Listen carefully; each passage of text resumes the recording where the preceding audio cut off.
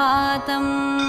सूर्येन्दुभौमबुधवाक्पतिकाव्यसौरिस्वर्भानुकेतुदिविषत्परिषत्प्रधानाः त्वद्दासदासचरमावधिदासदासाः श्रीवेङ्कटाचलपते तव सुप्रभातम्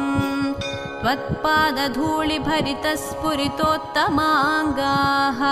स्वर्गापवर्गनिरपेक्षनिजान्तरङ्गाः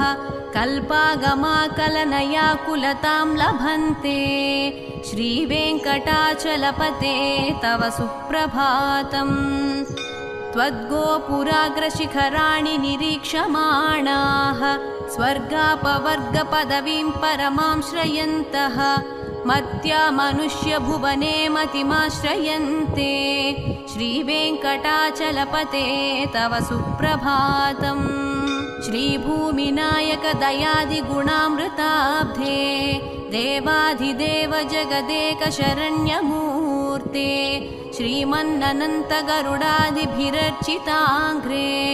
श्रीवेङ्कटाचलपते तव सुप्रभातम् श्रीपद्मनाभपुरुषोत्तमवासुदेव वैकुण्ठमाधव जनार्दन चक्रपाणे श्रीवत्सचिह्न शरणागत पारिजात श्रीवेङ्कटाचलपते तव सुप्रभातम् कन्दर्पदर्पहर सुन्दर दिव्यमूर्ते कान्ताकुचाम्बुरुह कुड्मललोल दृष्टे कल्याण निर्मल गुणाकर दिव्यकीर्ते श्रीवेङ्कटाचलपते तव सुप्रभातम्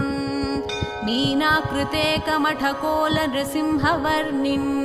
स्वामिन् परश्वथ तपोधन रामचन्द्र शेषांश राम यदुनन्दन कल्किरूप श्रीवेङ्कटाचलपते तव सुप्रभातम् एलालवङ्गघनसार सुगन्धतीर्थं दिव्यं वियत्सरिति हेमघटेषु पूर्णं धृत्वाद्यवैदिकशिखामणयः प्रहृष्टाः तिष्ठन्ति वेङ्कटपते तव सुप्रभातम् भास्वानुदेति विकचानि सरोरुहाणि सम्पूरयन्ति निनदैः ककुभो विहङ्गाः श्रीवैष्णवाः सततमर्धितमङ्गलास्ते धामाश्रयन्ति तव वेङ्कटसुप्रभातम्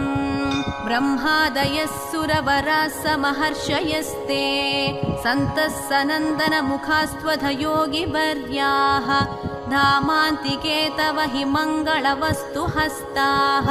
श्रीवेङ्कटाचलपते तव सुप्रभातम् लक्ष्मीनिवास निरवद्य गुणैकसिन्धो संसारसागरसमुत्तरणैकसेतो वेदान्तवेद्य निजवैभव भक्तभोग्य श्रीवेङ्कटाचलपते तव सुप्रभातम्